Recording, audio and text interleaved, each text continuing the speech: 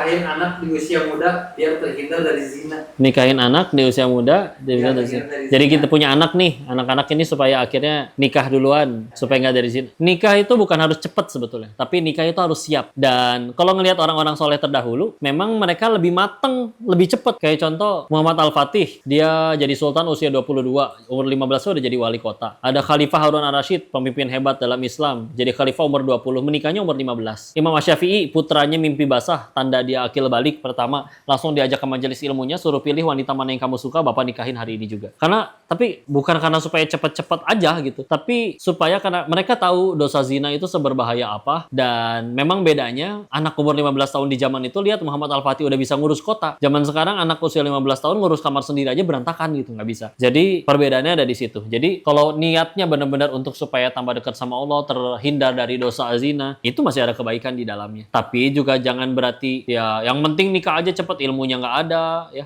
nggak belum bisa jadi imam yang baik, orangnya juga nggak mau ngaji. Nah ini yang naudzubillah ya. Jadi gimana kalau emang syahwat udah nggak, makanya tadi hukum nikah ini dasarnya ada yang berpendapat sunnah, ada yang berpendapat mubah, tapi bisa berubah jadi wajib bagi sebagian orang. Contoh dia udah nggak bisa sanggup nahan syahwat, ilmu udah ada, kemampuan finansial ada, masih nggak mau nikah. Nah ini wajib bagi dia untuk nikah, karena dia nggak sanggup nahan syahwatnya nanti. Tapi ketika akhirnya dia udah nikah kan, ilmu ada, meskipun masih muda, syahwatnya akhirnya jadi ada tersalurkan, ya itu alhamdulillah banget. Jadi nikah siap bukan nikah cepat. Dan tadi tujuan nikahnya itu apa? Itu diperhitungkan. Karena Allah kah, pengen dekat sama Allah kah, terhindar dari dosa kah, atau sekedar karena aduh mumpung aku masih muda, si om-om itu masih ada duitnya banyak, mumpung dia belum mati, jadi aku nikahin dulu, nanti aku dapat warisannya, mumpung aku juga masih muda, nanti kalau aku udah tua om-omnya nggak mau. Nah itu nggak boleh. Jadi harus tujuannya lillahi ta'ala.